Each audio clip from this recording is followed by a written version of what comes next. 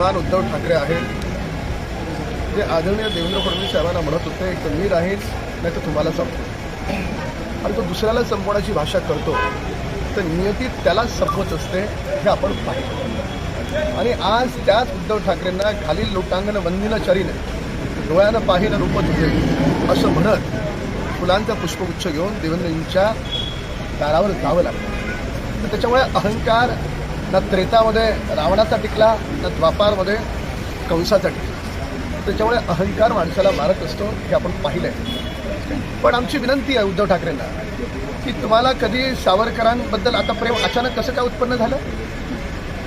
मागची 5 वर्ष राहुल गांधी सावरकरांचा अपमान करतो त्यावेळेस तुमचं सावरकरांचं प्रेम तुम्हाला आठवलं नाही, आता अचानक आठवलं.